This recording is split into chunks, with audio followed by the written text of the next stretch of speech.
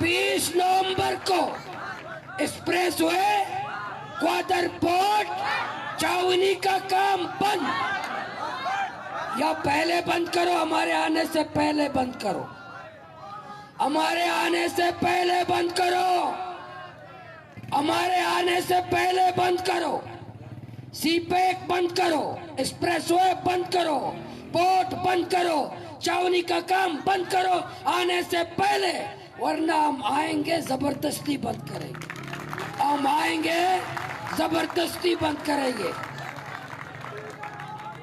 सुमा तैयार है? मैंने पहले कहा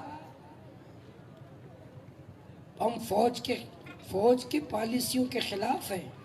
फौज ने जो जुल्म किया है बलूचिस्तान में, तेली समंदर के सामने तेली उठा रहे हैं। क्यों उठा रहे हैं? तेली बहुत नुकसानदेह है।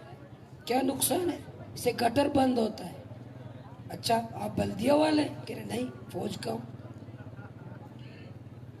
साफ पानी फिल्ट्रेशन प्लांट लगाऊंगा। क्यों? पानी गंदा है। आप पब्लिक खेलते हैं? कह रहे नहीं, मैं फौज हूं। तकरीरी मुकाबला बच्चों में। क्यों भाई? क्योंकि से बच्चों की सलाहियत। अब मैं कमाए तालीम है? कह रहे नहीं भाई। क्यों पे? भाई फौज का काम बॉर्डर संभालें, सरहद की हिफाजत करें, जोग्राफिया की हिफाजत आपका काम है। इदारे चलाना आपका काम नहीं है, तालीमी इदारे चलाना आपका काम नहीं है, हॉस्पिटल चलाना आपका काम नहीं है, सफाई करना आपका काम नहीं है। GIT क्या वह मौजूद है, वो आप चला रहे हैं। बच्चे निकल के बहुत थोड़े बच्चे रह गए आपके साथ।